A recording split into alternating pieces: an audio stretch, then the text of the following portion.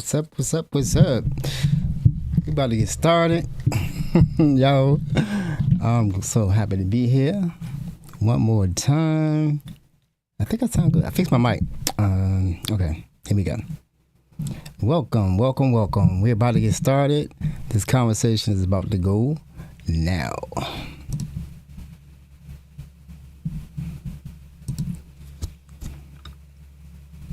Yeah, let's talk about it. Dropping the mask we wear day to day, building real trust in a brand new way. For a deeper connection, let's explore on transparent conversations. Transparent conversations, where every word can open doors. Transparent conversations. Yeah, let's talk about it. I like that. So I like that. I like that new song I use a lot. I had to pay it twice. Welcome to Transparent Conversations, Elevated Exchanges. I am your host, Calvin, or CPJR, if you feel me. Or CPGR 300. I think I'm a little confused. So anyway, welcome back to my little space on the internet where I get to talk about current events, political things, mostly right now. I actually like to talk about different things, but right now I can only talk about what's happening to the country, what's happening to democracy, and if we're going to continue to be a democracy. I don't know. I'm not too sure. But we're going to keep talking about what's going on until we figure it out. So this is my space, Transparent Conversations, Elevated Exchanges, on YouTube. It's also on Substack. Just look for Transparent Conversations. Links are always in the show notes. So if this is your first time here, welcome.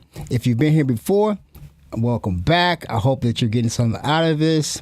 If you have a chance, please like, share, and subscribe. It would mean a lot to me, to build up the viewership, build up the community.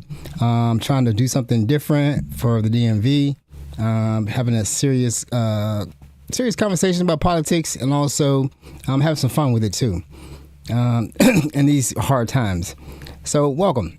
All right. So before we get started with the show and talk about what's going on, did you notice anything different about this week?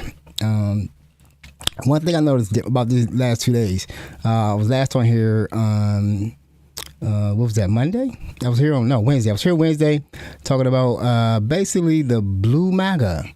Democrats are definitely in a strange situation. I'm not sure if they're up for the fight, or I'm not sure if they actually really want to fight. I'm hearing a lot more about the difference between leftists, and liberals. Apparently, there's a difference. I'm not sure of the difference. I basically call myself a liberal. I know a lot of leftists do lean towards communism, and that's something to look out for. But liberals lean more towards fascism. So there's a divide there that's going on. And one thing, I guess the Democrats may have been out of it or not really online this week because they're pretty much tied up with the Pam Bondi what was it? Deposition. She was in front of Congress. She was called in front of Congress to talk about things, and she wouldn't even do the oath. She's still the same nasty, ugly person that she was, and she went on the Capitol Hill and decided to just keep being her. She be her. I guess she still, she still feels that what's the thing called? She still feels that she doesn't have to worry about being prosecuted because the 47 is still in charge, and he still has immunity, and he is not going to order the DOJ or the FBI to investigate her or lock her up. So if she's on Capitol Hill, they aren't going to do anything. If she just sits there and screams and yells at them. So apparently she didn't ask any questions. They were asking about the Epstein situation. She didn't bring anything new to light, and I didn't expect that she would. So basically in the news today, we also keep hearing a lot about the Iran situation. with Israel, and the fact that there's apparently a deal. It involves some money. I don't think that this president, this regime, has a way out of the situation, or do they? I don't think they really care to get out of the situation peacefully. They don't know how. We teamed up with Israel, and our interests are not aligned at all. It's just like becoming more and more apparent that what Israel wants and what America wants are completely different. They're divergent, and we need to really address how much they're in our politics, and we need to address how much integration is happening with the IDF, the Israeli Defense Force. There seems to be a lot of it, and it seems to be a lot of it, and it's not all good. I mean, currently to the defense authorization, the one that's being passed, the budget, everything like that, there is a section, I think it's 224, that actually wants to integrate the IDF and the United States military to work together and share information, technology, and all that kind of stuff. I don't know what this is happening. I didn't know Israel's not a state. Israel's not a state of the United. It's not a state in the United States. I do not consider them an ally. I never have. I used to be a lot more tolerant of them, trying to just understand the constant turmoil they apparently were going through. I was kind of sympathetic to it until now I understand exactly what was going on, and that's what's been spooking me the most. If you just pay attention to what's going on in New York, and they're protesting Mandami, not because of anything he's done, just because he is a Muslim, and he's the mayor. Nothing he's done will give me the impression that he's trying to oppress Jewish people, Zionists, or Israel. I think they just don't like the fact that he is doing a very good job for the people, and all of a sudden, people are going to start seeing Muslims in the light they should be seen in individually. Islam is not an evil. It's not an evil religion. It's probably one of the more tolerant religions. Because it's not like Christianity. Christianity wants to spread, right? One thing I keep seeing in posts and things like this is about, even when they talk about Israel, is they'll come up with somebody will just post Jesus is king, or they don't believe in Jesus, that type of thing, or you have to believe in Jesus to go to heaven. They'll post these type of things under anything that's either Muslim or Israel, and they'll say things like they don't believe in Jesus and all this kind of stuff.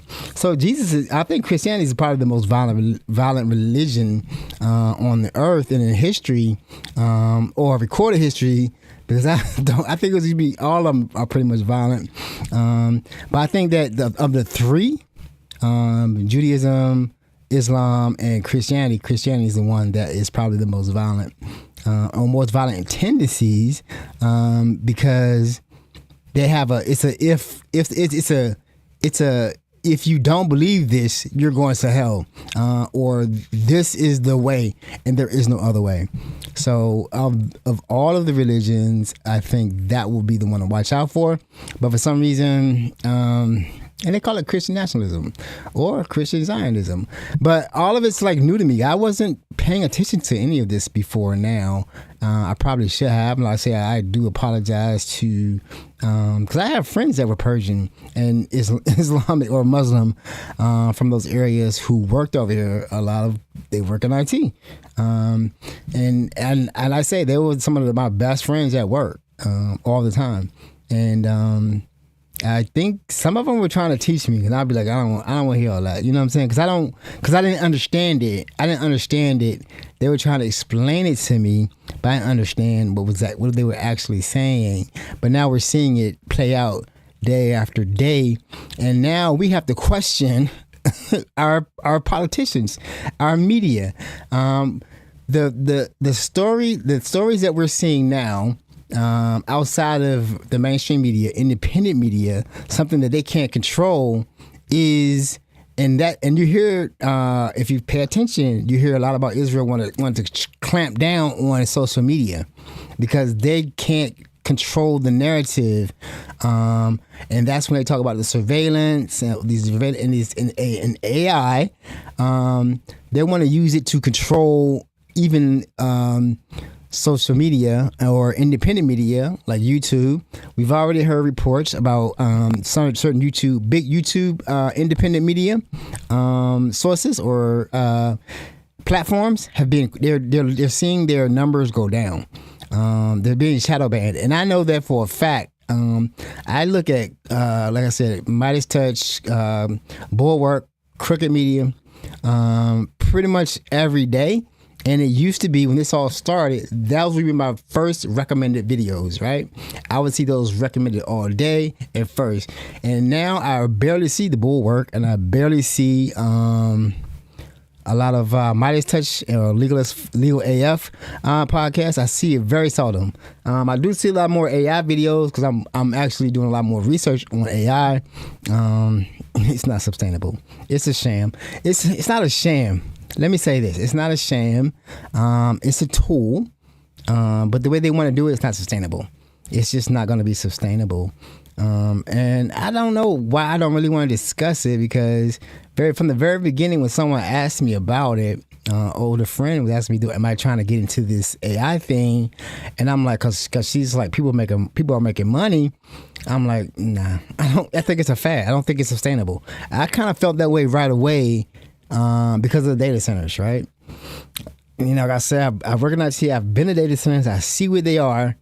And I see that it's very hot. And the reason that data centers came about, and from the very beginning, was because that it's very expensive for companies to keep server rooms in their offices. When I first got in IT, you would start at a company. The company would have a server room, right? It would be just a room. All the endpoints for termination points for the cabling would be there. There'd be switches, routers, and servers, right? It was usually very hot in there, unless they had a very good air conditioning. I had some companies, if the air conditioning goes out, you're in trouble. You're quickly trying to come up with a way to cool those machines. You're powering off machines that don't need to be up because of the heat. So take that by a million, and then that's what we're dealing with. You're dealing with some a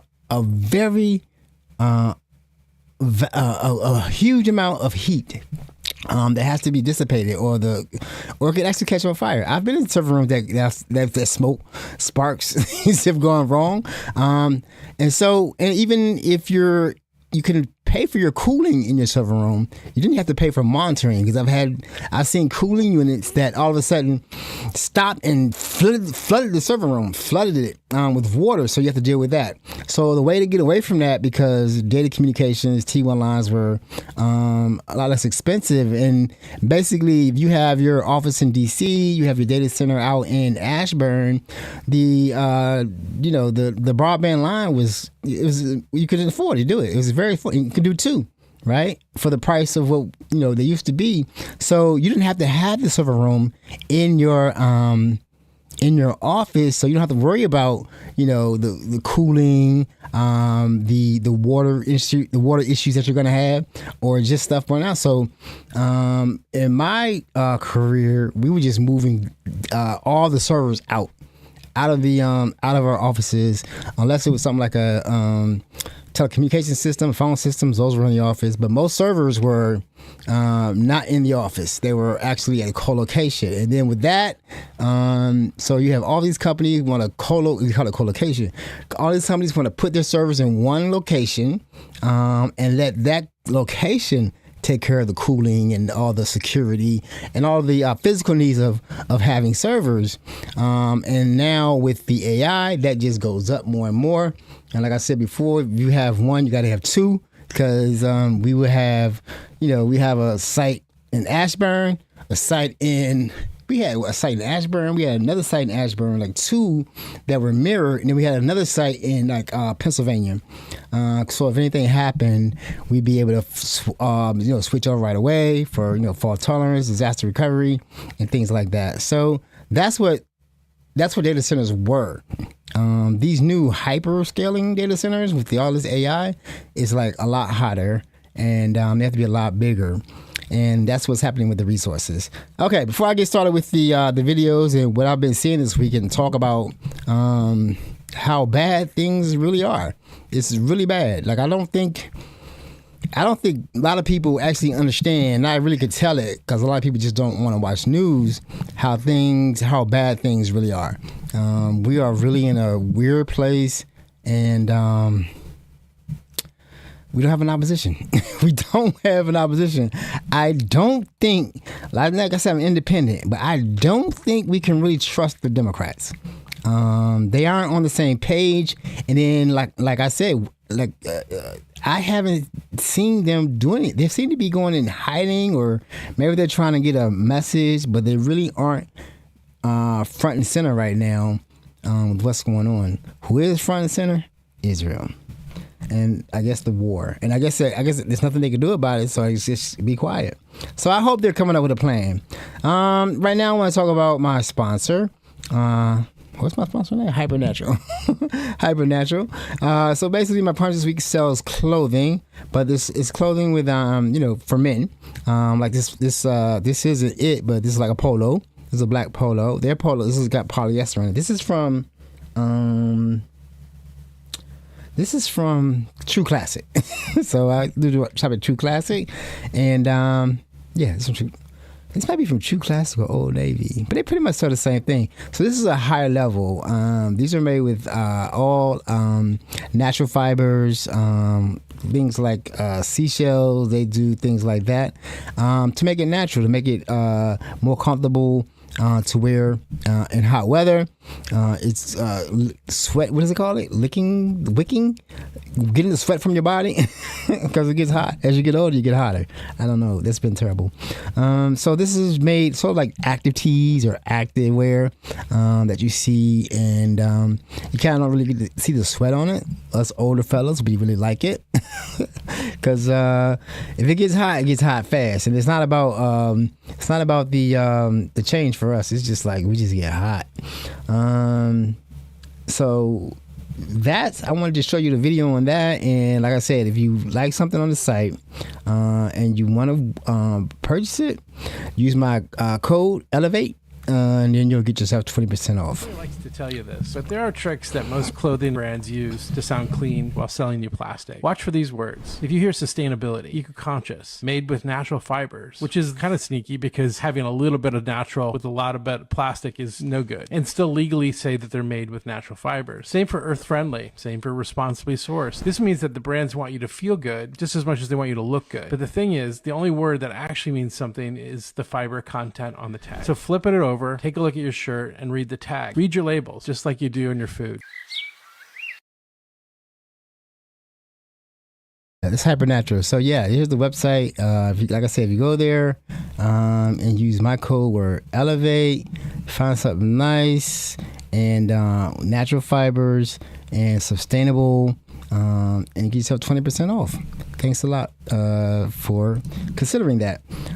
So we're gonna get started on the videos. So like I said, I've been since the last time I was here on Wednesday night. I've been thinking a lot about the Democrats and the Blue MAGA and Israel, AIPAC, and the numbers are really, really bad. The amount of representatives that we have that may be sold out. They may not be really on our side. May have to consider other things before they vote on certain things. And the whole thing we just found out today about Israel being integrated with our military. Now the IDF, I remember it's been a long time. I think we used to hear things like this about the IDF, and I used to hear like back in the day, I know for a fact the DC police, the Metropolitan Police, they went to Israel to train with them. So the IDF has been training probably our soldiers and our police forces for a while. Now, why is that? I don't understand it. I don't understand why. I'm trying to understand the special relationship. Like we say, I heard a lot of people say we have a special relationship with England, right? But I don't understand, because it was a British colony. But the relationship with Israel is just, it baffles me, and it just keeps coming up in the feed, and I'm really concerned about the what we've been hearing today. We didn't hear it until today, right? Like the mainstream media was so restricted and what's the word I want to use? Monitored and censored, that the atrocities that we're hearing about now, people were talking about it, but if you only watch mainstream media like I used to, the news, you wouldn't have heard about it, or you probably just heard about it, but it just didn't really register, because they would always say that Israel has a right to defend itself. And yeah, everybody has a right to defend themselves, but what did you do? You know what I'm saying? What if you hit your, like, if somebody say they hit me, like, what did you do? Why did he hit you? Right? We never asked that question. We never asked really what, like, we were presented with the fact that and it's still, like I said before, it's still in the even independent media you hear about, we just don't want Iran to have a nuclear weapon. Iran has never bombed anyone with a nuclear weapon. Right? If Iran says they don't believe in the right for Israel to exist, means that the current Israel did not exist before 1940, whatever, in the 40s, right? It didn't exist, right? There were people on that land. The British decided that Israel needs to have a home, and then they settled the Israels there, and Israel said, you know what? We want all this. We're going to take it all, because they believe that they're better than everybody else. And it's out there.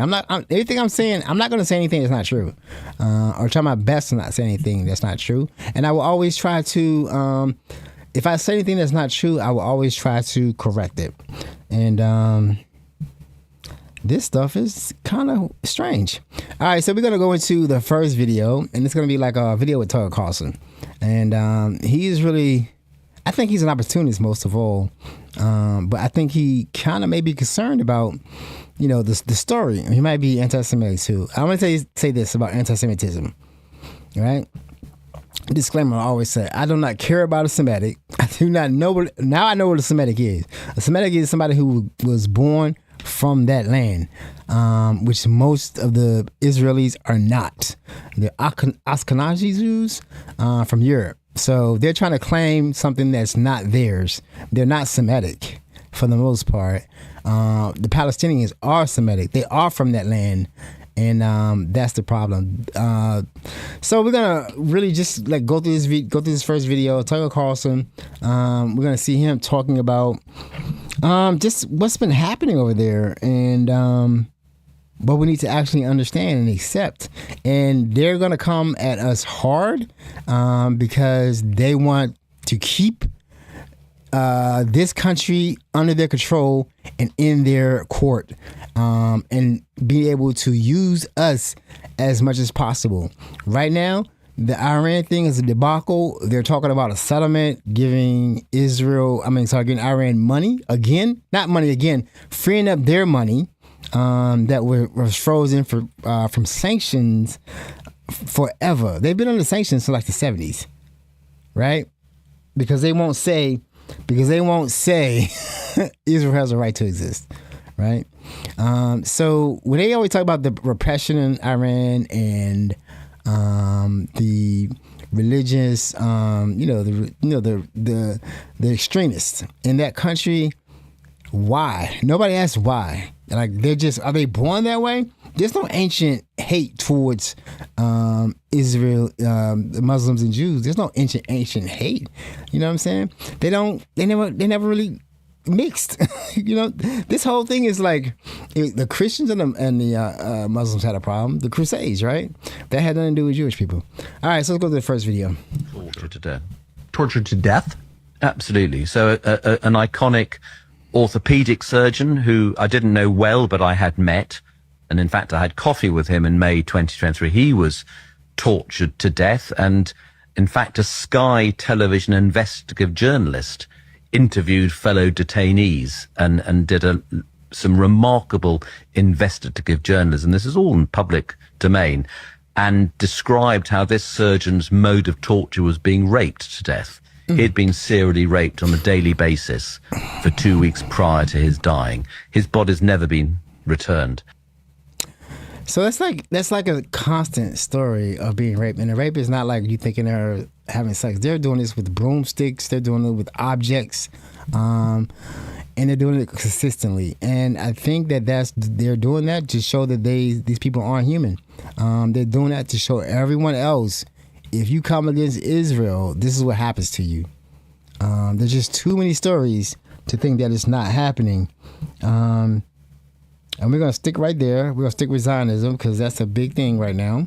I think we need to understand exactly who we're dealing with. Tortured to death. I think we all remember the apartment complex that just mysteriously building 7 into rubble in North hit by a plane. In North Miami. That was in Bal Harbor. That happened on the same night that John McAfee died. Wow. And it's believed that he had an apartment or information stored in this one little apartment in Bal Harbor. When that apartment building collapsed, they didn't let American response teams or like emergency teams do all the digging. Jake, I'm not even kidding. Go look this up. They literally brought in the IDF to dig through the rubble. Way. Dude, it's Ron DeSantis had a whole ceremony where he was like patting the IDF on the back. He's like, thanks. How can they rationalize this? How can they bring the IDF to handle American matters? This is insane. Dude. And that's what you like. This whole since getting involved with this and started to study, look at what's happened with the election and why we're in this situation, it just keeps coming up. IDF. Why is the IDF? The Israeli Defense Force. Now they are the rescue force. They're the defense force, but they were allowed to, or came over here to do what? Search through some rubble because they think it was some evidence that they needed to get to. I've heard a lot about. We know the IDF was going to the Situation Room and talk about the war with Netanyahu, the war with Iran, and there's no reason we're in this war. I keep saying they want more. We get nothing out of this situation. We're just there to provide cover for Iran, for Israel, while they carry out ethnic cleansing, possible genocide in Lebanon. Right? They're just bombing Lebanon to death. But the thing about that, too, is Hezbollah is definitely dishing it out towards them.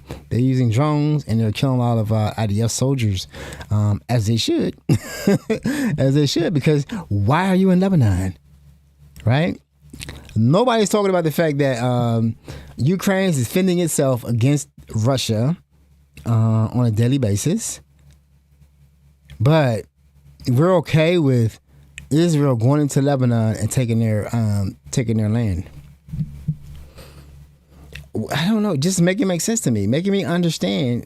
I need an explanation, and I'm not getting one. I don't hear it. I don't hear why we have this relationship. Why we have this relationship with Israel, and why they're in our why there's so much in our politics and in our elections. They are dumping enough money into our elections to change. To change the outcome, and the outcome isn't for us; it's for them.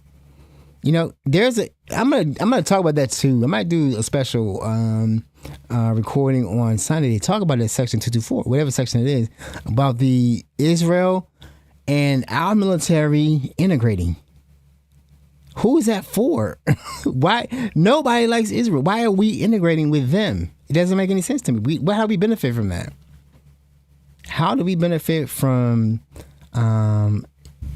And most of the world knows the truth about the IDF and Mossad and Israel, but we're going to have them more integrated into our military. So I don't know if this country has already been taken over. Or, you know what I mean? Like, am I going to wake up one day and the IDF or the Mossad is going to be at my door? Is my computer going to blow up? Or what's going to happen? Because that's how they deal with things. Let's talk about anti-Semitism, shall we? I come from a family, my father's side, that was run out of Russia by pogroms and systematized anti-Jewish bigotry. That was anti-Semitism. hate and bigotry aimed at them solely because they were Jews. In 1957, the Klan bombed the Jewish Community Center across from where my dad grew up, as well as an elementary school in Nashville because they were mad about desegregation. They bombed the JCC because the head of the school board at the time was Jewish. That was anti-Semitism, hate and bigotry aimed at Jews because they were Jews. In 1981, a truck filled with Klan members as well as an FBI informant drove onto the grounds of my temple with a bomb, or what they thought was a bomb, looking to blow it up and kill everybody inside. Luckily, they were stopped. That was anti-Semitism, hate and bigotry aimed at Jews solely because we were Jews. Regularly in public school, I had teachers and administrators who told me I was going to hell, as would any Jew who didn't accept Jesus as their personal savior. That too was anti-Semitism, hate and bigotry aimed at Jews solely because we were Jews. When I worked in the campaigns against David Duke in 90 and 91 in Louisiana, we regularly had death threats called in by those who called us Jew bastards and worse. That was anti-Semitism, hate and bigotry aimed at us because some of us, myself included, were Jews. In the last 20 years, I've received anti-Jewish hate mail, phone calls, death threats, and in the last couple of years was marked for death by the Terrorgram Collective, which threatened to assassinate me and a couple of dozen other people around the country. Their leaders are currently either doing time or awaiting trial for their conspiracy to do that.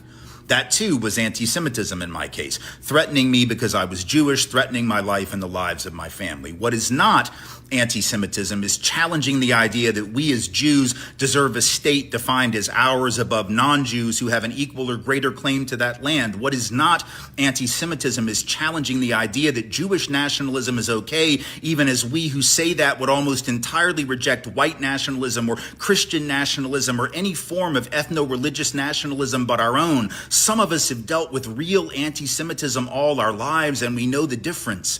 Opposing special privileges for Jews as actually exist in Israel isn't anti-Semitic, it's anti-oppression, it's anti-injustice.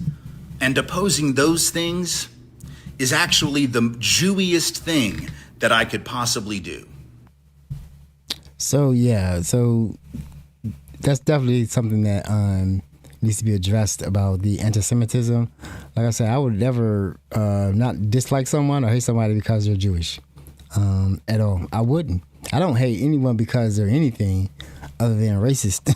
If you're racist and hateful and very violent, I'm going to hate you. I'm not going to want anything to do with you.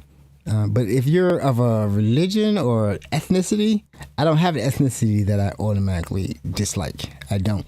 I like to meet the person and deal with the person because I like learning from other people, from other cultures, right? But what we have now is weaponization of a word, and we've heard it. If you've been watching my videos, you know I've pointed out we have had a weaponization of a word, how they will shut down a conversation if you're criticizing them, and they would just say anti-Semitic or you're anti-Semitic, right? And that's just not fair.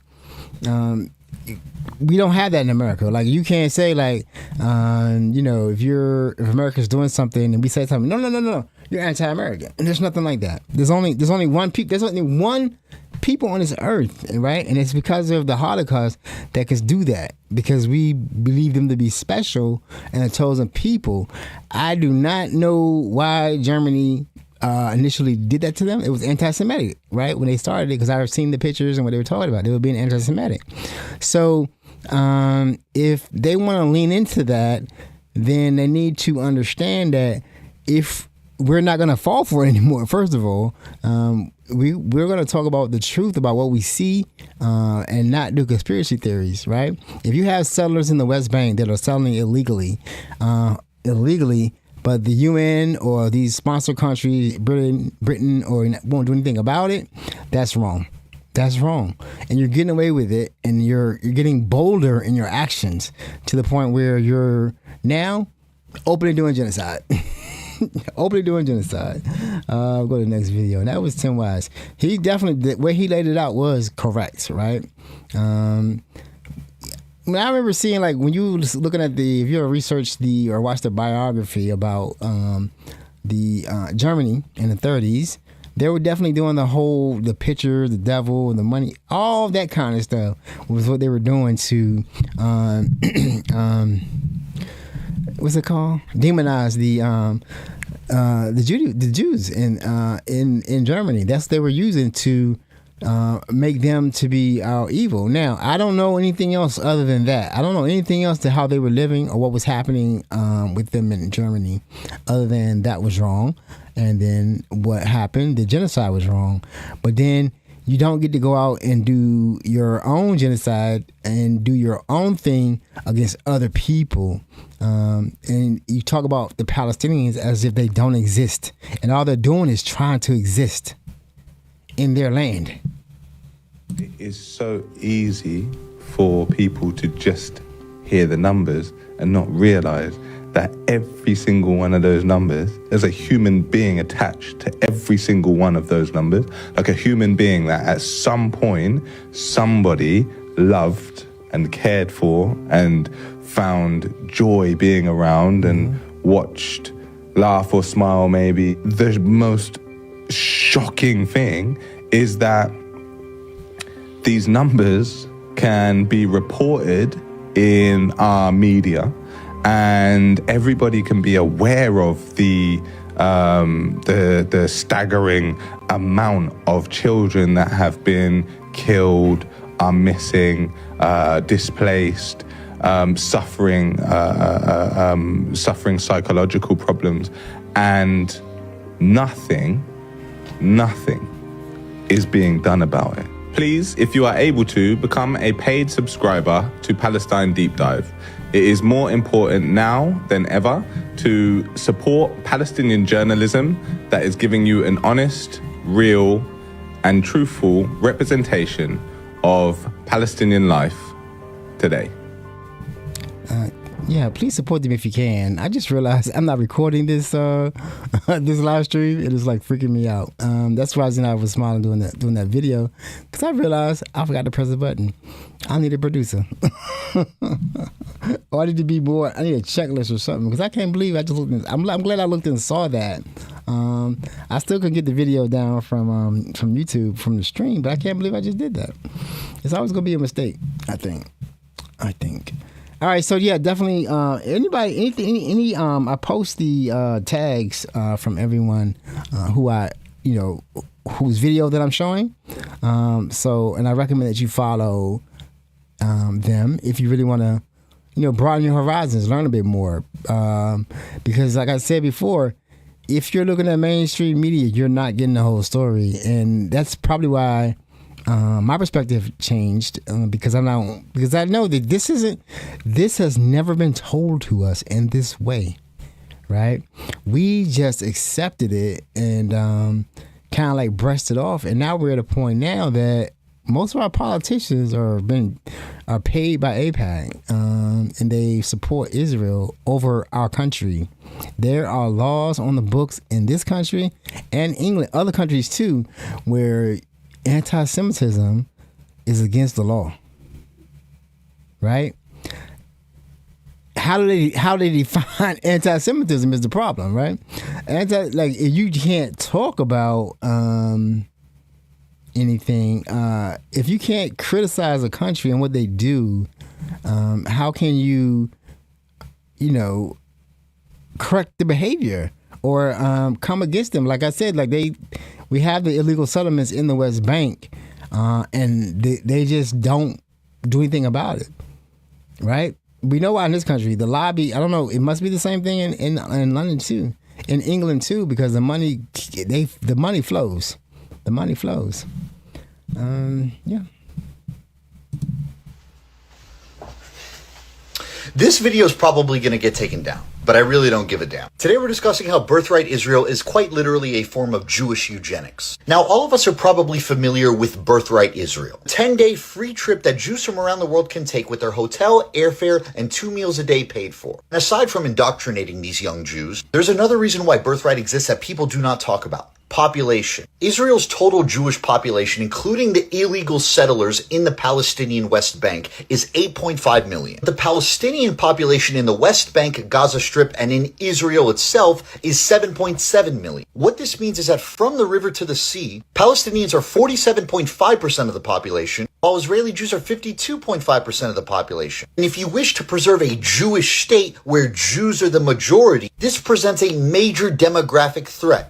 Enter Birthright Israel. Only Jews aged 18 to 26 years old are allowed to attend this trip. Why? Because the younger they are, the higher chance they can successfully have children. Secondly, by having Jews from around the world, especially American citizens, come to Israel on this trip, they provide a pipeline for them to increase their Jewish population despite the fact that Palestinian families have more children than Israeli families. And that's why at the end of my Birthright trip, they provided us with two options. One, to fly back home, or two, stay in occupied Palestine and become an Israeli citizen under the law of return. And here's a sweater that I bought on Birthright, and as you can tell, the West Bank and Gaza Strip are wiped off the map. But this shouldn't surprise you. I've said this before and I'll say it again. What better way to increase the Jewish population of Israel? Gathering tens of thousands of young Jews aged 18 to 26 every single year, giving them an all-expenses-paid 10-day trip, letting them drink alcohol, and mingle amongst the strong, sexy IDF soldiers protecting them for their entire trip. I'll let you put the pieces of the puzzle together.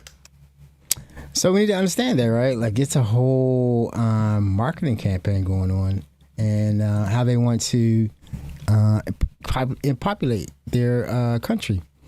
And you see they wiped out. There's already been a report also of Apple on their maps already wiping the line about changing the borders, right? The borders no longer include the West Bank or Gaza. They're wiped out. Now there's all Israel.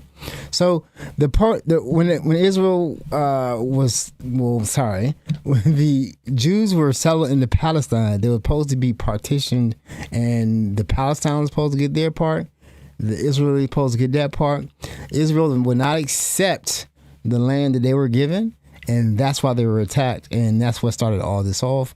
The Palestinians are Muslim. There are religions actually, but they objected to the Jews not accepting what they were given. They wanted it all, and that's what started it off. And it's still been going on to this day. And the only reason why they're still there this day is because America supports them. And America supports them because they've taken over our government. You can't tell me that it's not. You can't tell me that it's not. You can't tell me that it's not. There's too much money. There's too much money. There's too many candidates who will not call what we saw in Gaza a genocide, or who will not say anything bad about Israel. There's just too many. And I don't even know why they have that opinion. This information that I'm seeing is available to everyone now. It's not, because you're not relying on and I know they hate it too. We don't have to rely on just the mainstream media to show us the truth. The truth is just out there. You just have to want to see it and accept it. That's the hard part, right? Because it's been going on for a long time, and we don't know how deep they are in our government. In this country, we talk a lot about white supremacy, how that's a problem. Actually, anytime we talk about race, people say white supremacist, white supremacist, white supremacist. You're allowed to talk about that. Talk about black supremacists. We talk about every race supremacist. Almost every race. In the Epstein files, in the communications with Jeffrey Epstein and his friends, Jeffrey Epstein and his network, the billionaires and people with power that are in charge of this country, either directly or indirectly, what we have seen clearly is that they are Jewish supremacists.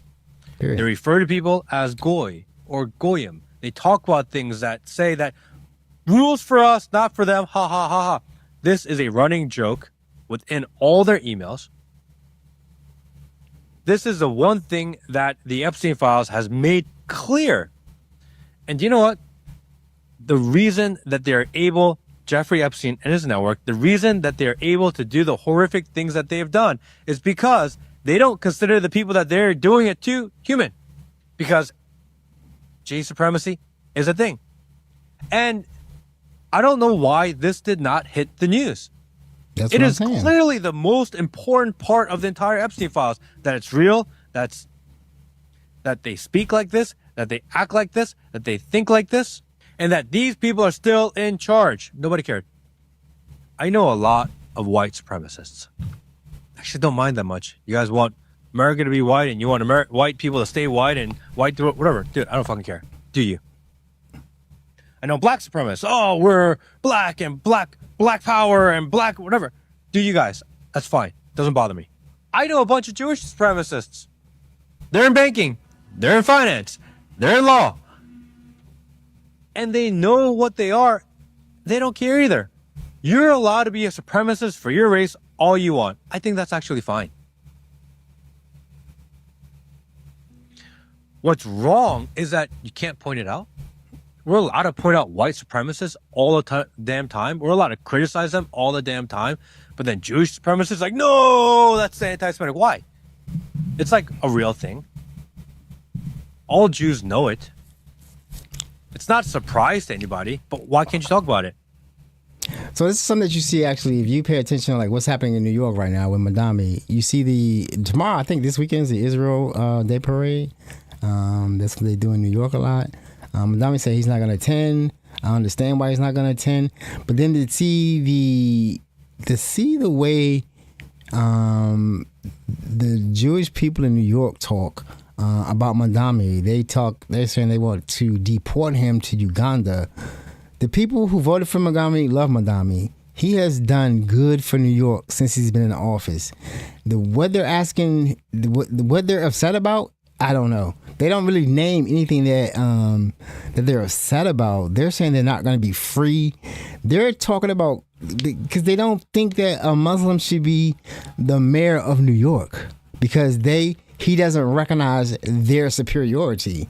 And when you see how they act at some of the demonstrations they're doing, some of the protests they're saying, and the things they say, and the way they act, you see the way they believe they're better than everyone. I don't agree with what he said about everyone should have their supremacy, but I understand what he was saying about we don't really talk about Jewish supremacy. Right, we don't mention that because in the book somewhere is written that they are the chosen people, that they feel that they can do whatever they want, and everyone else has to suffer the consequences for that. So it's real. I mean, if you haven't seen it, you can see it. I don't have any here. I probably should, but I don't have any of it. But the protest. The videos from the protest in front of the mayor's house in New York was disgusting. It's disgusting. And the only problem I have with it is they aren't really saying anything other than just deport him. They don't name nothing he's done against against Israel, against Judaism. They don't say anything he's done. They just say he needs to leave and he's bad for New York. That's all they say. When the people that voted for New York, what he's doing with the stores, the rent, taking care, making sure people fix their buildings and not be slumlords, that's all good, and people like it and love it. And he balanced the budget, and he's taxing the rich. But the only thing that they see, he's a Muslim. He shouldn't be the mayor. Point blank. That's what it's all about. There's nothing else. And the things that he's accomplishing should be shaming the mayor. Cuomo, what's the last guy? He was so bad. Schmidt, whatever his name is, I don't even know his name. But the previous black mayor, he was a mess. And he was a policeman. That's what's weird to me. The New Yorkers know how corrupt their police are, and the fact that they voted for a policeman is just weird to me. Doesn't make any sense whatsoever. So this is gonna be stupid. The next video is gonna be dumb because this is really gonna point out how anybody that joins the team with President Trump, be on his administration, his regime, is crazy because there's so many people that went to jail.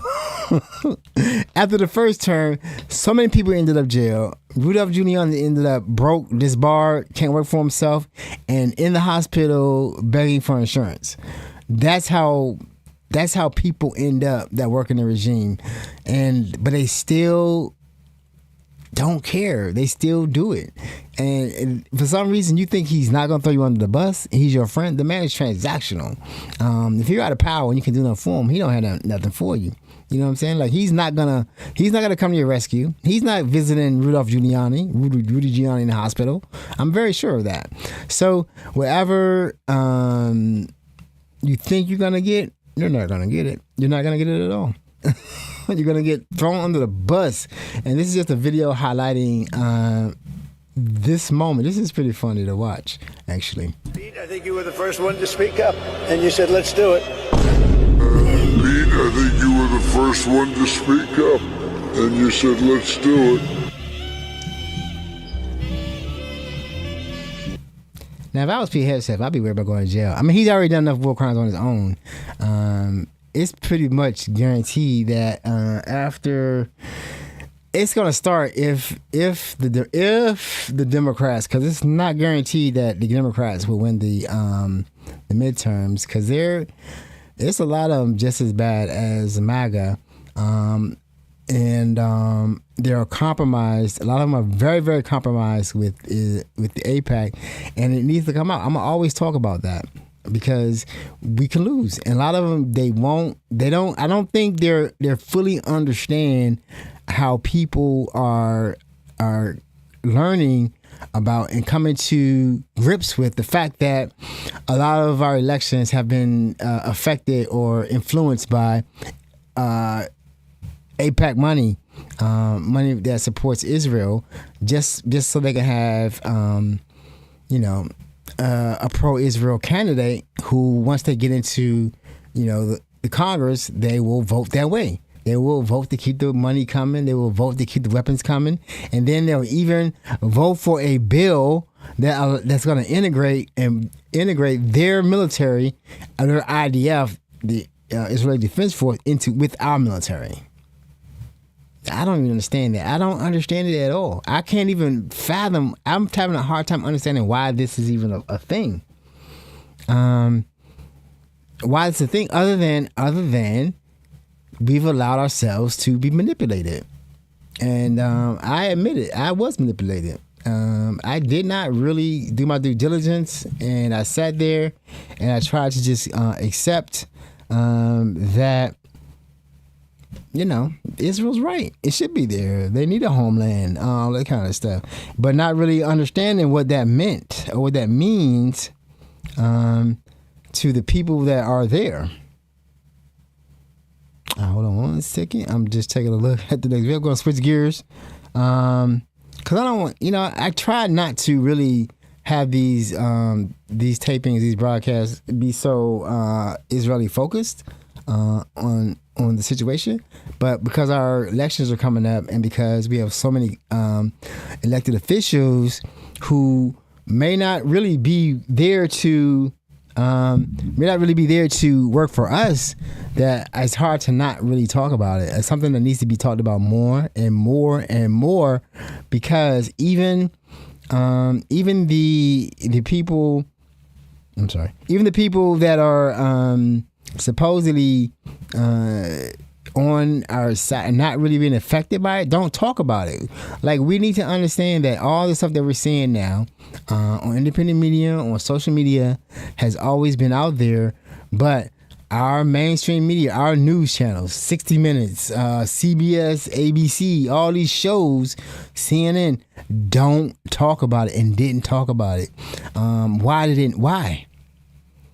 Why was it such a hard thing to say when we see babies being destroyed? We got to say, remember October 7th, right? And when you say anything bad about what they're doing, October 7th, or Hamas needs to be destroyed, all these things, and they're killing children, dropping bombs, blowing up schools, hospitals, because they say Hamas is using the hospital. So you must destroy, or you're going to destroy Hamas. And they're still bombing Gaza, by the way, fellas. They're still bombing Gaza to the day. And that's just something that's there. It's something that's there and we have to deal with. Right now we're going to switch gears a little bit. And we're going to talk about what's going on in this country right now. We know that the billionaires are pretty much in charge, and this is really going to look like the Hunger Games. I don't really talk about the economy that much because it's coming. There's nothing really to talk about. Our economy was strong before now, but it can only stay afloat for so long once you kick the fundamentals out, and the fundamentals have been kicked out from underneath it, and it's gonna crash. If you like my age, I've been here. I've been through the first Republican crash. I've been through the recessions. It's always under the Republicans because they are ideological and they cannot do things that are practical and make sense. They do all the stuff that was done with the DEI and the firing people and the Doge. Didn't make sense. It wasn't planned out. And I fault the Democrats too. All these people, I fault all the independent media and the media because they kept saying, yes, we're all concerned about government waste.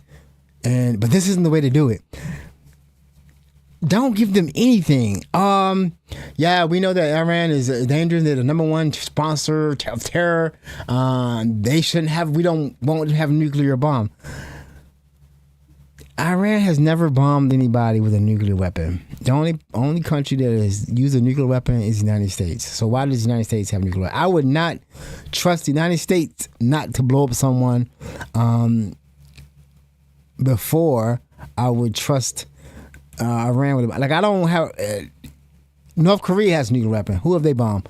Pakistan, India. Who have they bombed? Europe. Europe. There's nuclear weapons in Europe. Russia has nuclear weapons. Who have they bombed? Pakistan, North Korea, India, Pakistan, Israel. Who they won't even ask them if they have nuclear bombs, has nuclear weapons. Who have they? But I'm more worried about Israel than anybody else. And tell me why we trust them with the nuclear weapons when they won't even sign the deal. They won't even sign to the treaty, the non-proliferation treaty. They just don't admit they have them. Why are they allowed to do that? I don't know. Somebody needs to tell me why. I know why. I mean, the Epstein files, all this stuff was going on, and they're like Mossad. They are gangsters, man. I think our country's scared of them. To be honest with you. Because they just will go ahead and kill you. They don't really have any reason not to. I mean, what are they trying to do? Survive. Yeah. So let's look at this country and what's going on. If you've ever swiped a food stamp card and held your breath waiting for it to clear, this one's for you. Starting in 2027, that card's going to get a whole lot lighter. And it isn't because the country ran out of food. It's because the people running your state ran out of money. On purpose. Here's what happened. Since 2021, 26 states cut their own income taxes, mostly for their richest folks. Republican governors called it a win. The money was supposed to trickle down. It didn't. Now those same states have empty pockets. And Trump just signed a law shoving the cost of feeding hungry families onto their backs. So the bill comes due. North Carolina is still digging out from Hurricane Helene, and they've already lost about $1 billion from their own tax cuts. Oklahoma's own Republican state senator said food stamps and Medicaid might have to be eliminated. In a country where 1 in 8 people uses that card to eat, this is the Republican billionaire plan, and it isn't a secret anymore. Cut every entitlement. That includes the food on your table. They want you self-employed, racing other broke folks to the bottom, fighting for scraps from people who can barely afford the delivery.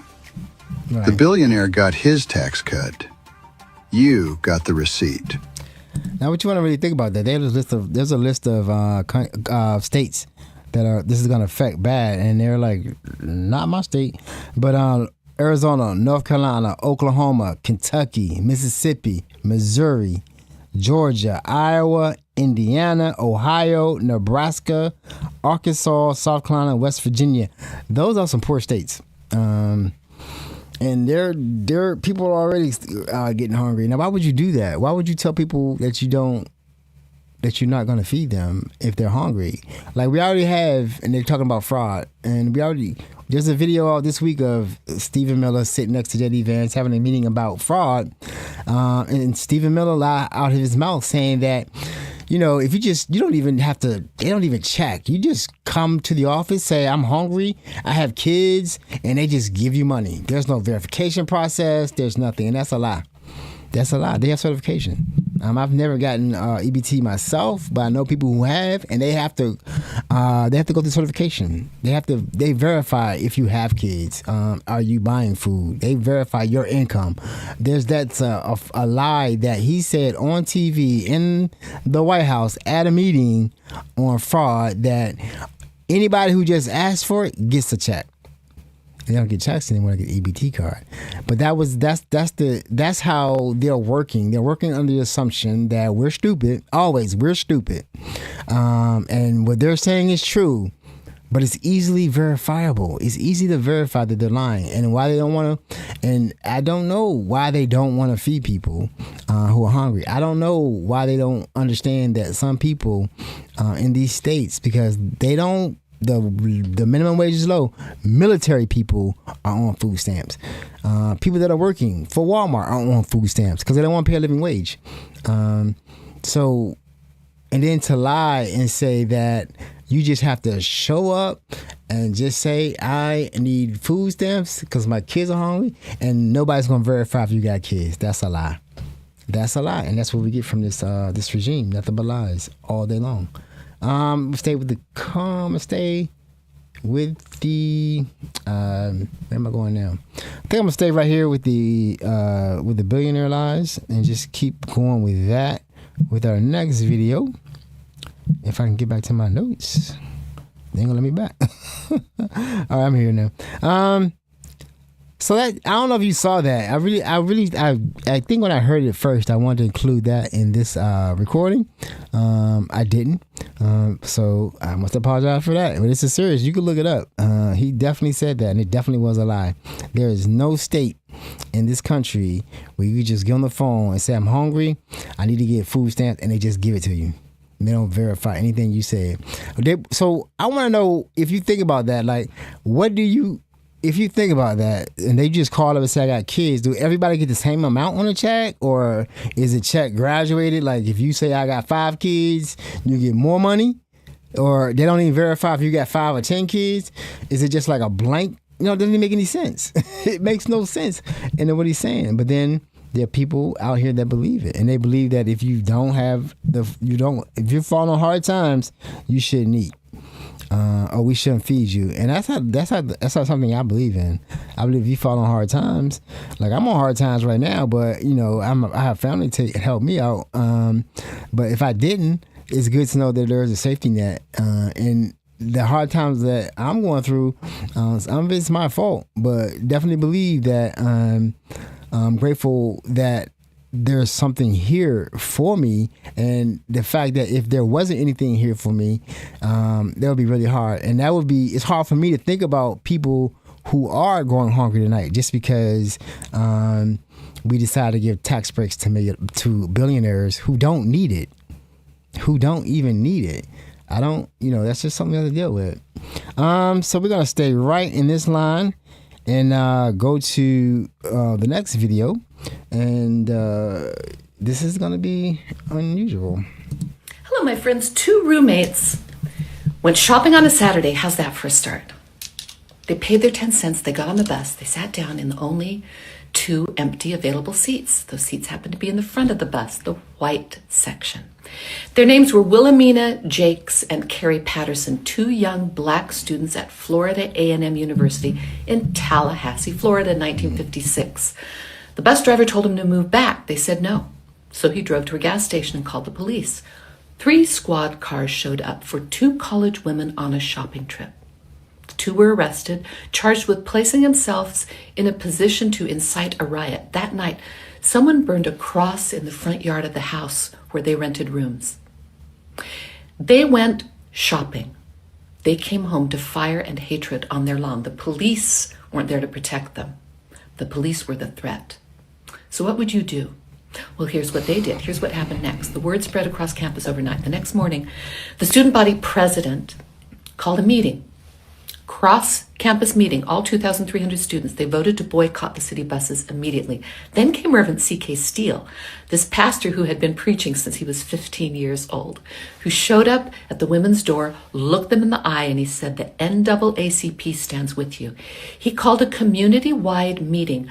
The vote to join the students was unanimous, not a single voice against. And then this small cluster of people started to grow. The Inner Civic Council built a citywide carpool so that Black residents could get to work without riding a single bus. Ministers, mothers, workers, professors, students. An unlikely coalition bound together by 7 words on a banner that became their slogan, I would rather walk in dignity than ride in humiliation.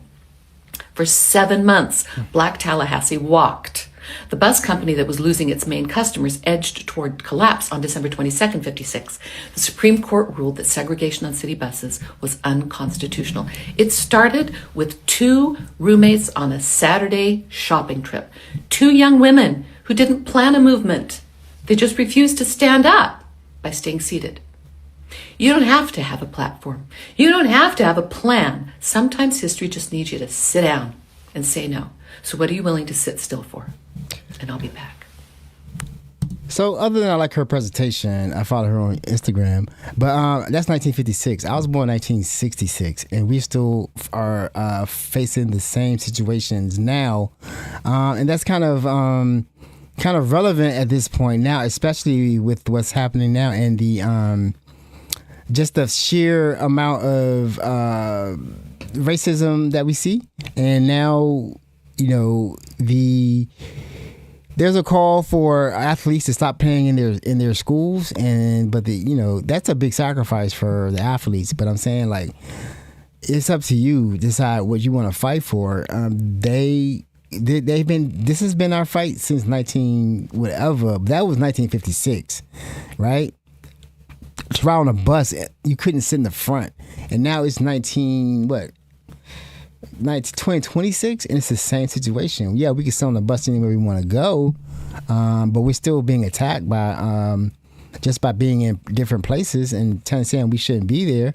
It's still happening, and then now they're saying that the athletes should hit them and not go to their schools. That's up to them. It's going to be a sacrifice because you're not going to get the amount of money that you would make by playing in some of these big prestigious schools. I watch no sports. I'm out of it. I checked out a long time ago, especially after Kaepernick. I was like done. The devil. And then you got this young man who's a quarterback and for the Giants, and he decided to be at a rally for Trump, and you don't understand why he got the backlash. You got the backlash because of the history that you don't want to know and you don't want to accept or believe. If you don't see that Trump is racist, then you're racist. That's just all. This is all there is to it. If you don't see that MAGA is racist, then you're racist. That's all there is to it. Like that story that we just heard about 2 women trying to sit in the front of the seat that they call the police, and then have crosses burned on their lawn. That could be today. It happens today. They do. People are accosted by white people every day because you're in the wrong place. I guess for me, because I've lived in white neighborhoods all my life, I guess I just look mean because I ain't never had an issue. Because I never lived down south though. The only time I lived down south was when I went to school in Alabama. But I don't know. I just never had that issue, and I just say I have a resting I'm gonna fuck you up face because I don't talk to me. Do not talk to me. Leave me alone. And that's just how I carry it. But it could happen. I wouldn't be shocked. Oh wait, let me take it back. And this might be a little school thing. There was one incident. I lived in Manassas. I shouldn't. You know what? I forget about that time. Then my first marriage, I lived in Manassas. You know Manassas. There's a battlefield. It's South. It's Civil War. It's a racist place. We bought a house in Manassas, and I used to catch the commuter bus because it's way outside of DC. We moved because it's less expensive to live out there. So you have to catch. I worked in DC, then I worked in Tyson's, and so to get to the commuter lot, I would walk over there to the community lot, and I would cut through this shopping center. And one day, this little white kid started calling me nigga and shit. You know what I'm saying? Like, it didn't mean, I didn't like. It's a little kid, right? Like, I'm not gonna smack a little kid, but I'm like, oh, okay, this the racism. And I forgot, like, it happened, and I forgot to even, log it in my head, but that did happen. And then another incident happened while I was getting ready to go up in somebody's house. We lived in a townhouse, and everybody was pretty cool, but we was majority white, of course. And somebody said something to my daughter, and she came in and said something to me, and I went outside. All I could see was red. You know what I'm saying? Do not talk to my daughter. Period. And I got that straight. Now, because it didn't make any sense to me. Like, we're neighbors. Like, you're not gonna have this happen, and we're neighbors, right? We have to get this straight now. Like, I'm not the person that's gonna live in and this happened another one, but I have an apartment with black people. I'm not gonna live in and have an antagonistic nature with a neighbor. We're gonna deal with this right now. You know what I'm saying? We're gonna deal with this right now. You gonna move, I'm gonna move, or somebody going to jail. That's it. And I ain't going to jail for no violence. So, but that's just the thing that we have to deal with. And this was 1956, and they trying to say that it's post-racism and we play the race card.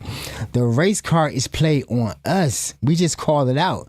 You just don't want to believe it. And the fact that if you don't see the racism from this MAGA and this administration, you're just racist. That's all there is to it. And you can accept it or not. I don't care. I'm not gonna argue with you.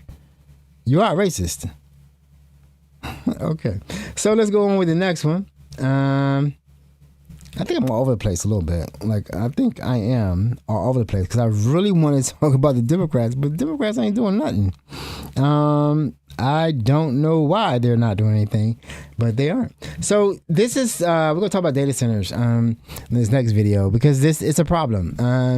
I talked about at the beginning of this recording about how data centers are very hot, right?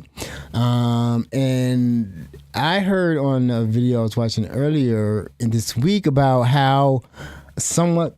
This guy who's AI, because a lot of anti-AI videos, a lot of people who are developers, they talk about this whole thing. It's a mess. It's this money that they're trying to put in. I don't think they're going to recoup it. I don't think they can recoup it. It's not sustainable. It's a lie. It's a bubble. It's going to pop. Like, I was in a .com bubble, and that popped, and we had to lay people off. Same thing. Because all they see is the money, and the money that the numbers that you see being thrown out as far as valuations, they're doing like swaps for money. Like, they're not really getting the money. They're saying, like, we're gonna pay this money at this time, and then they have to raise money. There's no guarantee that they're gonna get that money back because the capacity isn't there. Most people are not using AI. Most people are using chatbots, like the Chat GP3, but most of them are just using it for free. They aren't paying for it. They're just using it for free because they want to hook you on using it. But the whole point, what you're using it for, most people could just not use it anymore. I had an incident where I had to pay for some Google Gemini to do something I want to do. I'm like, nah, I figure out another way. Because everything that I do now with this podcast, with work and other projects I do, I've been doing that manually forever. With graphics and all that kind of stuff. I know how to do that stuff manually. But if you're gonna allow me to use your AI to get it done, I'm gonna use that. Am I gonna pay for it? Nah, for what? I don't have to. Sometimes it's actually even easier to do it, and AI has been shown has made mistakes. I've had to do 2 or 3 prompts to get the first prompt correct because it made sense what I was saying. You just did it yesterday, but then you can't do the same thing. That's what AI is. That's what AI is. You cannot trust the output. It's going to be different. And I've had to actually be completely wrong. And it corrected itself, but it never told me why I was wrong. So you can't trust it. So if you want to trust it, and then now the billing is like, they hadn't been actually billing people correctly. And now they need to start billing people correctly because they need to start showing income. And once they start getting billed correctly, the money is like, wait a minute, it's easier just to pay a developer. That's what's happening, right? All these people saying they're laying off people for AI and that's not true. They're letting out people because the economy sucks. And then they actually have to hire people back because they didn't. You have to thoughtfully, because I've been working with automation and people want to automate workflows for a while, and I've been in those projects, and it's very time consuming, and it takes time. You can't fire a person from doing a job until you know it works, and you really might not need to fire them. Maybe you want to keep them to watch the process, because the process can break down. It's which with Salesforce. That's what happened with Salesforce, because the agents still have to interface with people at one point, and if the agent doesn't get the feedback that it needs in a timely manner to something, what's it gonna do? It's gonna maybe try to do it itself or come up with another way to do it. I don't know. You figure it out. But basically, I don't think, I've been saying this from the very beginning, it's not sustainable. And they think about this water, and one of the guys was saying that the water issue, if they do closed systems, meaning that they load all the water they need into their system at one point, and then they use it, and then they're just, the water is a closed system, so they don't need any new water. So they need a whole lot of water in the system, because I was trying to think about the engineering myself earlier, as far as the water has to go through this. The water has to go into the system to cool down the computers, the chips, the memory, everything. It has to cool those down, because they blow up. They really get hot. Like, you will be if you have in a computer room or like a data center, and the AC goes off, it gets hot very fast. And sometimes even with that, I've been in like some server rooms with chillers, with real chillers, keep it real, and it still got hot, because I'm working directly behind the system, doing punch down, something like that, and it's still hot, from the work, but it's not really cool. There's enough cooling for the systems, but if you're in there working, the systems are still blowing hot. Like, you're still around the system, they're still hot. So, and just like I said, multiply that times 1,000,000, right?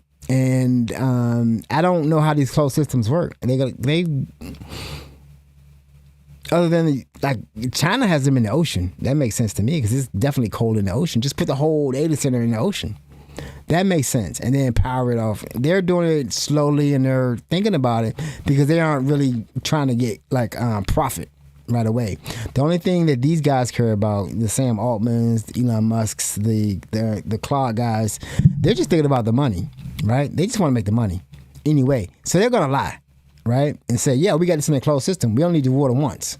We take a whole lot of water one time, and that's it. That's not true. I don't know, because I've been trying to think about it. Do you put the water, because the water comes off, it gets hot, they cool the system out. It draws the heat out of the computers. It has to go, you pump it out and bring in new water. But if it's a closed system, that means you're holding a lot of water somewhere for it to cool down, because you can't use more electricity to cool that water down. So it just needs to cool down on its own. But you still need water running through the system at all the time. So there's a lot of water in that closed system. And I don't know if that can run indefinitely. I really need to look into the engineering on that and see how that works, because I don't think a closed system works well, because they aren't all the systems closed. No, they're taking the water. This is a mess. It's a mess. And then is it worth it? And that's the problem. The build out, is it worth it? Like I said, unless there's a lot of government money coming into it, these numbers don't make sense. And there is a lot of government money coming into it. The surveillance state, sometimes doing this really gets kind of disheartening, because you like, I can't ignore what I see. And then like now when I'm realizing that the Democrats are really compromised, and they really aren't the fighters who we think they are, and they kind of let all this happen. Like Merrick Garland, he had the perfect chance to prosecute Trump, and he didn't. And now we have to deal with Trump. Like that's real. That means he's a Democrat. He didn't see the need to do what needed to be done to get this man out of the system. and really make him pay for his crimes because they were afraid or something. I don't know what it is, or they were compromised. That's the only thing I can think of. And they may be scared, or they may just be compromised. All right, so we're gonna play this video. It's about data centers, and it's important. It's about the water. They're building too many data centers too fast without knowing if it's going to pay off.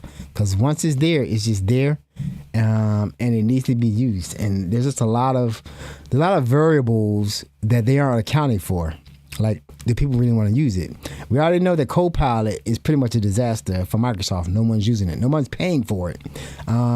Anytime I've used it or been around it, and it makes Windows look crappy. It's a crappy experience. Guys, and check this out right here. This is Macrocheles apalachicola, or the Apalachicola alligator snapping turtle. One of the threatened species that live here in the state of Georgia, where data centers are springing up all over the place, and the water usage that these data centers will require will absolutely decimate the populations of prey that these turtles need. Alligator snappers need freshwater clams, mollusks, and snails that depend upon clean, cool water. So if these data centers are eating up millions of gallons of water a day, these turtles are going to suffer in the end. And they're just one species out of tons that are going to have the same fate. And I think I speak for everybody. When amazing animals just like this share our state, it would be a shame to lose them. I just like seeing young black men doing that kind of thing. You know what I'm saying? Like that I used to, when I was a kid, I used to have squirrels and, turtles, frogs, salamanders. I would catch all that stuff. I have never caught a squirrel that big, and snapper turtles, I've seen them scare me to death. I've never seen a turtle that large out in the open, and I'm not picking them up. Now, if you go to his handle was there, if you go to his site, he did say he had permits. He was allowed to pick that turtle up, because that was one thing I was concerned about. Was he allowed to pick that turtle up? Now, that's what's happening you dump a data center in the middle of farmland or a desert and start sucking the water up and increasing the heat, because they are known to increase heat. And they're running some of these data centers off of diesel generators and gas turbines. That affects the air quality. The water is not there. So this will have an impact on the earth. Now, is the impact on the earth worth it for the average human being? Most likely not, right? In some instances, LLMs can be well. If I haven't heard about it, I have yet to hear about AI solving cancer or any major breakthrough from the use of AI. I haven't heard about it. I haven't. So if it's not curing cancer, what is it doing? Making money for somebody. And like I said, if it was some kind of philanthropic or they're just trying to do something to better the world, like the people that created Linux, open system, open source, which was OpenAI was supposed to be open source, and then for nonprofit, once they saw the money potential, oh no, we gotta get this money, and then like all bets are off. Like, we don't care about turtles. What they got to do with anything? Or maybe they think the AI will save the turtle. I don't know. It's not. It's just an open thing for me. And then to see like even this regime even want to they want to prosecute and go after people who talk about AI in a bad way or data centers in a bad way. And then there are municipalities, towns, areas that don't want data centers, that are being shoved down their throat. And it is significant when you put a data center in your area. If you haven't seen one, go see. Just if you know what some data centers are, go see what they look like. Just big buildings, a lot of generators, and a lot of cooling. And it's just like, what is no windows, no nothing. It's just a big building with very few people coming in and out of, but sucking up a lot of electricity and water though. If you have a New York City, opening up a data center that uses the same electricity as New York City, but not increasing the power generation is not wise. I don't know why we're trying to do it. So yeah, let's save the turtles, man. I like seeing that. Keep doing that. I love seeing like young dudes really like I don't know if would I pick that turtle up. I don't think so, but it's good seeing. It's good seeing that. I really do. I thought it was unique, and I don't think I would have picked that turtle up. I don't think I could pick that turtle up, not at this age. I think we gotta deal with something else, and what we're getting ready to deal with next is not what I think it is. Hold on one second. Oh, wow. Okay. Yeah, I'm not sure why I have this in this section. We're talking about a better video. Did we invade Venezuela so that Israel could have its oil? Popular MAGA influencer Gunther Eagleman, pictured here, delicately enjoying a banana, reported on Trump's interview on Fox News about Venezuelan oil, where Trump stated, "The good thing is we've made a fortune with their oil." While in truth, large amounts of Venezuelan crude has shipped to Israel's Bizan refinery in Haifa, marking the first shipment of oil since the country cut diplomatic relations with Israel in 2009. Please follow for the news about the news that pushed the truth out in the open. Now, did you know that Venezuelan oil was being shipped to Israel? That's what I'm saying. Like, it's too much. The Venezuelan Maduro. Where's Maduro? Where is he? Where's it going on with that trial? Have you heard anything? I haven't heard anything about Maduro and his wife. Are they still in jail? Are they still alive? I don't know. I thought we had a speedy trial. Like, he's not supposed to be like, I don't know, the man.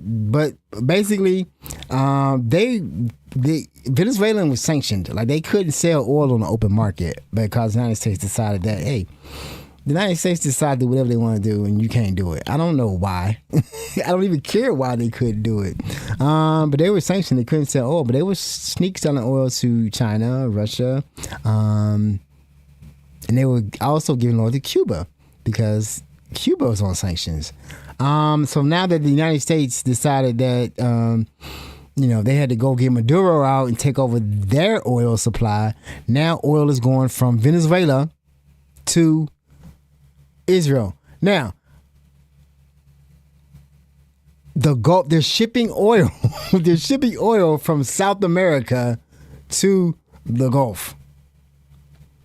Because Israel can't buy oil or don't want to buy oil or unable to buy oil from the countries that are next door because they're constantly at war with the countries next door. So I guess did Israel come up with a good idea? Say, you know what? We could use some of that oil.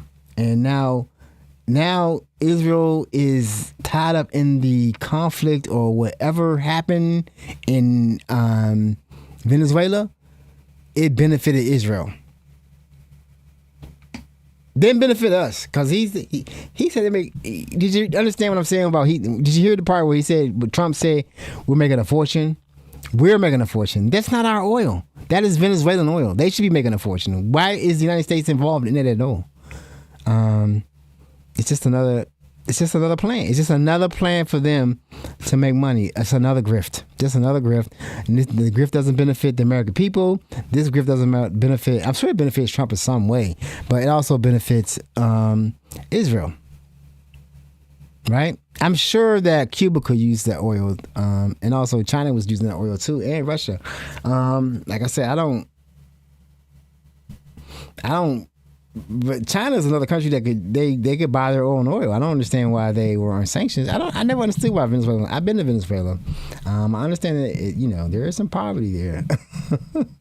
There's some poverty there. It's a very very segregated society. But I don't think they should have been invaded, and I don't think that oil should be going to Israel, especially when there are other South American companies that could use the oil. They could pay for it, and they were willing to help them, especially Cuba.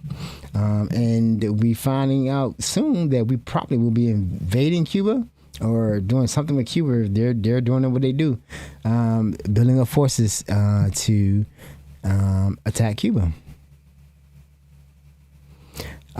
Just endless wars for whatever reason we don't know. We just hear. We just here.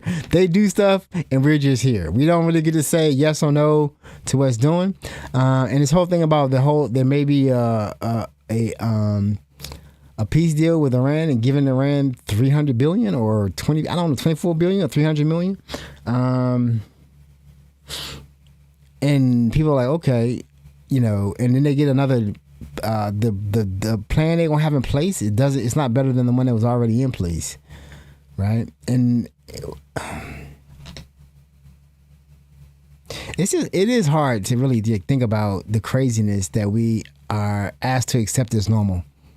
Like there was a deal in place. They could have just expanded on that deal and then tried to bring Iran into society as a member, as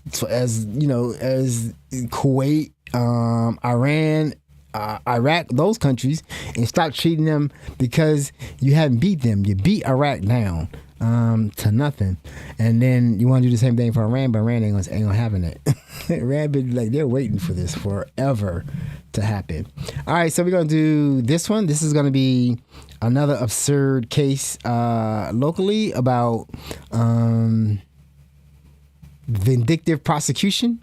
And this is the craziest thing that I heard. When I first heard it, I could not believe that, I believe that it's possible that he did it, but he just does it out in the open now to prosecute somebody who won a case against him. And then he used the DOJ. The DOJ is not the DOJ, it's the Department of Injustice. That's his and then he has his personal lawyer as the Attorney General. So therefore, that's just his own legal counsel.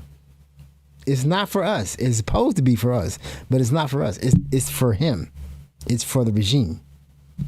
This is some bullshit coming from the Trump DOJ. What am I talking about? I'm talking about the news that the Trump DOJ has now launched a criminal investigation into E. Jean Carroll, the woman who has been brave enough to not only sue convicted felon Donald Trump, not once, but twice, and the brave woman who has kicked his ass, courtesy of her amazing lawyer, Roberta Kaplan, on 2 separate occasions, totaling in verdicts that include punitive damages, and those verdicts now exceed $88.3 million. But I digress, right? Trump has lost.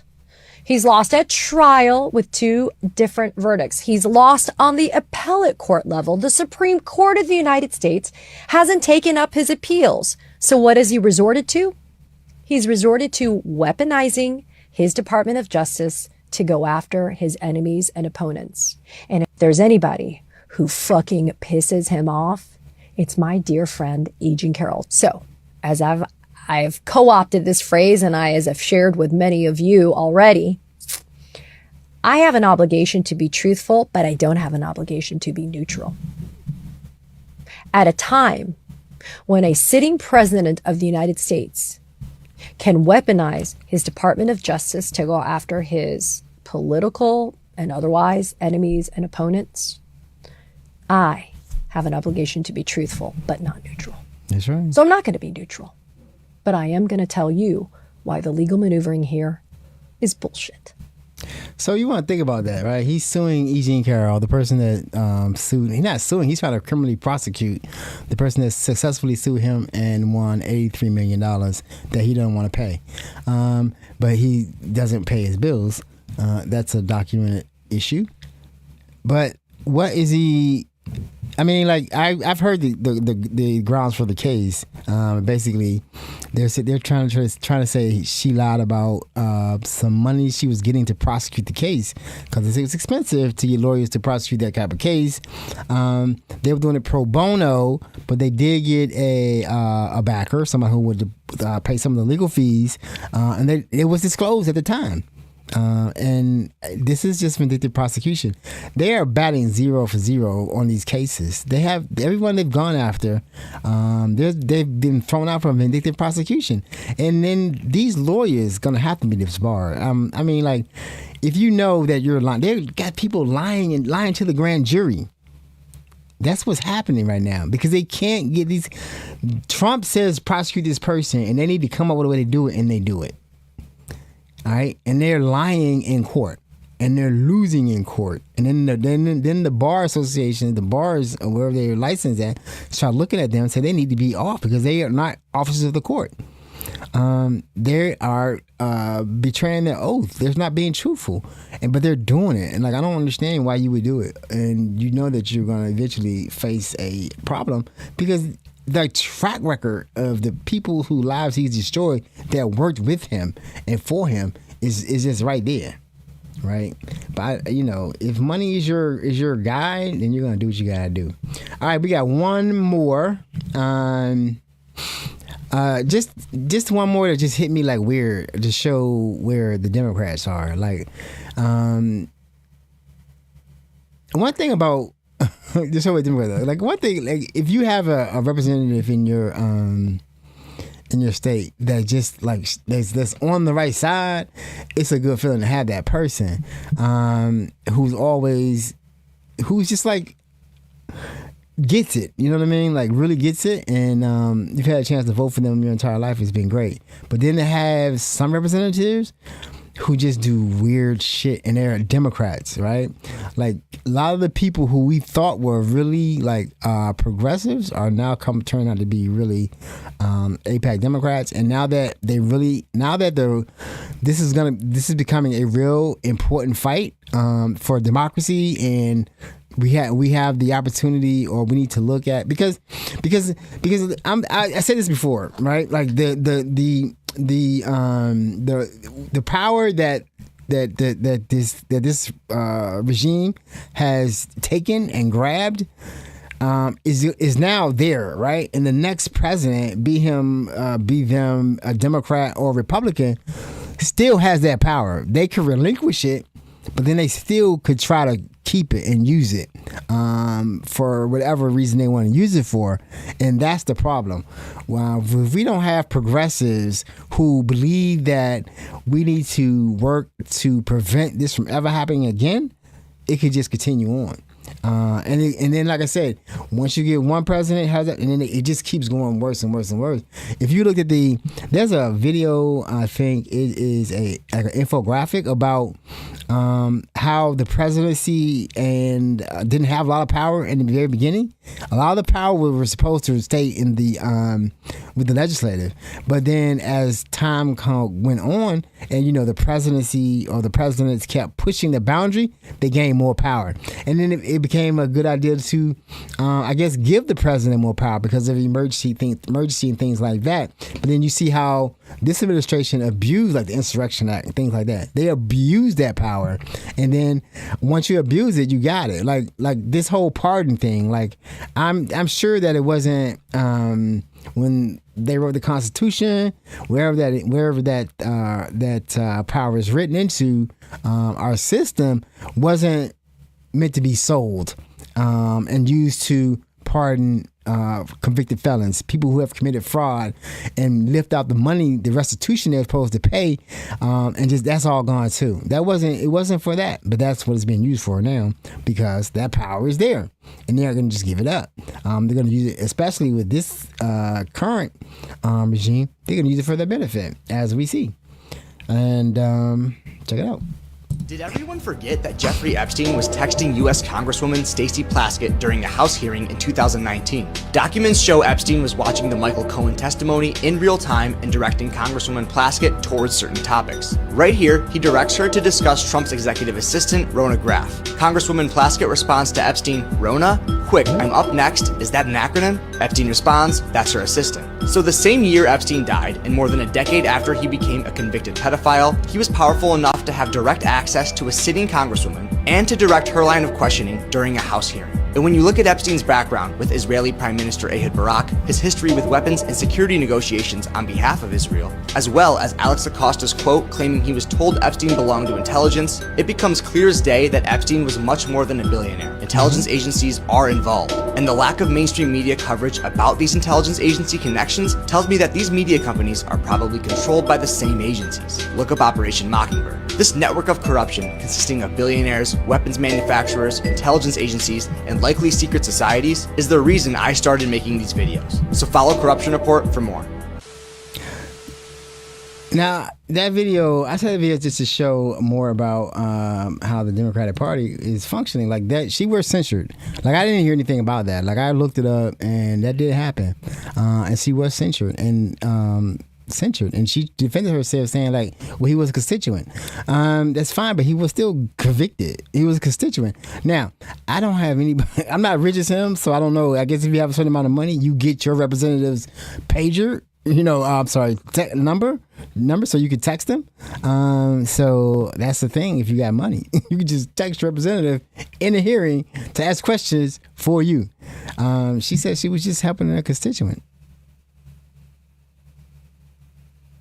Yeah, that's a Democrat. That's a Democrat. He was Jewish, and he probably was working with the IDF and getting dirt on people and setting people up. And, she said it was just a constituent. Like asking questions, that's a lot of access. But I guess that's the billionaire plan. If you got that much money, you get that much access. We'll never have it. All right, so that's it for the bad news and what's happening. But I saw this story, and this was a lighthearted story, and it just reminded me of living life serendipitously. So how I used to live my life, like sort of just meeting people, becoming friends, that kind of thing. This is just a beautiful story to remind us that bad times don't always be there, and they're good times. You have to be open to experiences. Be open to experiences. Be open to meeting people, because you never know who your best friend might be. And it was interesting. This reminded me of a friend that I met while I was working in DC. At a place called Food Marketing Institute. I work in IT, and I had to work with a lot of graphics people that want to use Macs and stuff like that, and web developers back in that day. Like we had to work with these people because everything was new, and we were figuring stuff out. And I was working with one. We had a contract graphic artist who would come in. He had to have a Mac. So just talking to him, I got to become friends with him. Now the funny thing about him, he was a white guy. Who also, when I was into mountain biking then, and we became friends, and we used to meet on the weekend to go mountain biking. Now he was a gay white man. He came to my house and met my family, and it was just like we were just friends. We just hit it off because we used to go mountain biking together, and it was interesting because he showed me. I didn't know a lot about because he had his. He was also in catering, so his place was up in Georgetown, and he taught me how to ride all up through the Crescent Moon Trail. If you don't know, in DC, it starts in Georgetown, it goes all up to Bethesda, and just how to come back down. And I knew these places because I worked in these areas, but he showed me how to do all that, and it's just like just being open to meeting new people, and not being homophobic, and just open to like. That was a friend, and that story reminded me of this story. When I was in college, an old black guy pulled up behind me at the gas station. He started checking out my car, and he's like, "How many horses you got in that thing?" Well, we got to talking, and we had a lot in common. We exchanged contact, and we started playing tennis together. A few months later, I decided to quit my job so I could play music full time. He's like, "Hey, I got a big old house. Why don't you come stay with me?" So I ended up staying with him, and he would come to our shows, and our fans were all like 15 to 25-year-old white kids. And there'd be this one 50-year-old black dude with a big afro just bumping his head like this. And everyone's like, "Who's that?" People would be like, "Oh, yeah, that's Kimbo's tennis partner." Tennis partners? Yeah, I think he lives with them or something. I'd be like, "Oh, is that what they call it these days? Tennis partner?" Well, Wesley moved to Vietnam, and he had a heart attack recently. I hadn't seen him for like a decade, but he called me because he said, I got to get back to my family. The doctors say I'm not sure how much time I have left to live. Can you fly with me? I said, "Brother, I would walk to the ends of the earth and back for you." Some people, when they're there for you in those times of need, you just never forget it. So maybe you should send this to somebody who's been there for you. Yeah, man, that was interesting just to be friends with him, and just like just a person who you normally wouldn't be friends with. Like he didn't run in my circles at that time. Like I said, I was married with kids, and I definitely I was getting into mountain biking, and it was really great to have somebody to go riding with on the weekends. and then just show me new things about Georgetown and the bike trail, because I didn't know the bike trails back then. But I learned the Crescent Moon Trail. I learned how to go all the way from Georgetown up through Bethesda to that women's. It's a women's farmers market. I actually worked there. Or worked next door to that place after a while, and I recognized it, and that was just something to look forward to on the weekend. Just being open to being friends with somebody who you normally just probably wouldn't be in contact with, and that story was a great story. It reminded me that just be open to new experiences, man. Don't be homophobic. Don't be stupid. Like they say, like he said, that people, he went to live with him in the room, and then people were like, oh, that's your tennis spot. Like, that's the stuff you're gonna hear from closed-minded dumb people. But like I said, he came and met my family, and then I think we were rollerblading. I don't like rollerblading. I tried it. I bought rollerblades, but it was a big thing back then. I don't even know what those things are. I never really rollerbladed. I like my mountain bike though. I had I said, what? Specialized. Yep. That was good days. That was good times. He was a good friend. Definitely a good friend, someone I can hang out with. And he taught me how white people eat collard greens. I didn't know that white people actually ate collard greens, but he told me they didn't. Like, we cooked our collard greens for maybe a couple hours. He's like, that takes all the vitamins out of them. I'm like, I don't care. They taste delicious. And he like crunchy collard greens. I don't understand that. So let's go ahead and that was some Hope Part 1. So I gotta do some spoken word. I'm gonna do this because it's not this just hit me, right? This is for me. This is for me. I love it. It's gonna be for you too if you love it. Just listen to it. It's just a thing about they say, like, if they ask white people, would you want to come back as black, and they say no. Like, this is a hard life. It is. It sucks sometimes because you're a minority and you have to deal with bullshit. But then there's some beautiful moments of being black. And this poem actually just brings that out. Black when it's wrong and black when it's right. Black is pyramids and mathematics. Black is melanized in magic. Black is televised and in need of drastic black advancement. Black enhances, black with chances, black with privilege, black with pride, black on purpose on the black hand side, black and beautiful, black and blessed and highly favored, praise the Lord, black and blessed, black and so much more, black and nothing less, black and educated, black is brilliance. Black is strong, black is resilience, black is song, black is infinite, like hip-hop or space. Black is grace, black is love, black makes babies, black babies grow up, black is tough, black is hard to do. Black is me, black is you. Black is not something we get to choose, but it is something we get to cherish. It's something we get to wear, and we get to rock this with honor. I'm black like my granddaddy and my great-great-great-great-grandma. Black is that lift every voice and sing. Black is that letting your freedom ring and resound. Black is adjective, adverb, color, and noun. All right now. Yeah, so that reminds me, it's got to be black. And we had a first cookout of the year for my nephew's birthday, and it was a black event. Everybody sitting out back doing a little. Yeah, it was nice. The light is blue. If you know, you know what that means. So it was a good time. I do love it, being black, and being when we're together and we're chilling is a beautiful time, man. It's a beautiful time. And happy birthday to my nephew Jelani. It's good seeing you here having a great time. He was having a good time. He had fun. So that's gonna be it, man, for me right now. I did do a show on Wednesday, and I did come back on Friday at the regular time, 8 o'clock. I hit it. So I probably won't be back for another recording. And I'm seriously trying to chase down this Democrat thing. You know what I'm saying? Like, I refuse to. Like I said, I'm not voting for an AIPAC Democrat. That's just that. I used to really especially last time when they were saying about they weren't going to vote for Kamala because of the Palestinian thing and how she didn't distance herself from Joe Biden called himself a Zionist. Didn't distance herself from Joe Biden and what was happening, and she couldn't come against AIPAC and then cut her own lane. I'm saying the same thing right now. I cannot vote for another AIPAC Democrat. So, like I said, if I'm not a Democrat, I'm independent, and I cannot vote in the upcoming primary, Democratic primary in Maryland. I can't vote because I'm independent.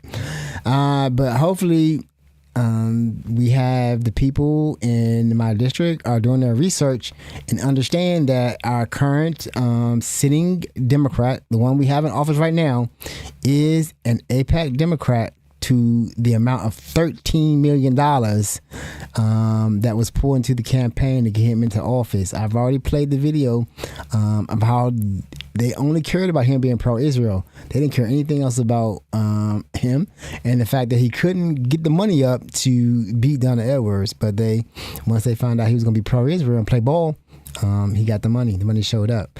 So I will not be voting for him if he gets the nomination, and he's the incumbent. So I hope the best. I really hope we wake up. I've already highlighted who you should be voting for. The one track AIPAC endorsed candidate. So I will definitely be talking about her more as the time goes. Jakia Johnson. As the time comes closer and closer. But it's Friday night. I hope y'all got some good plans for the weekend. I hope y'all going out, if you're in the DMV, y'all going out to hit some go-go. And that brings me to the part I like to ask, what y'all want to hear? Y'all want to hear some go-go? I want to hear some go-go. Let's hear some go-go, and then we're going to be out of here. Do I have it? Yeah, right here.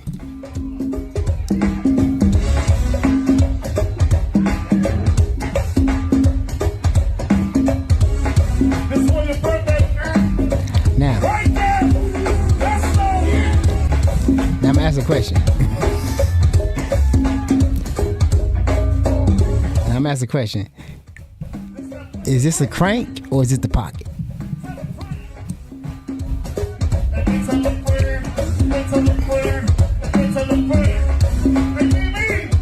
That's the crank.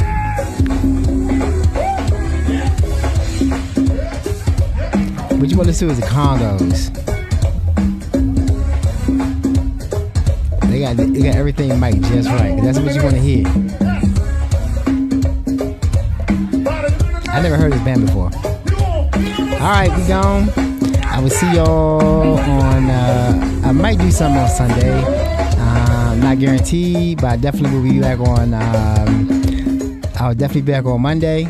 You know what I'm saying? Stay frosty, have fun, enjoy the weekend, and keep paying attention to what's going on. This is one of the most serious times since I've been alive. Alright, peace. I'm out. And seek peace. What does it say? Seek peace, pursue it.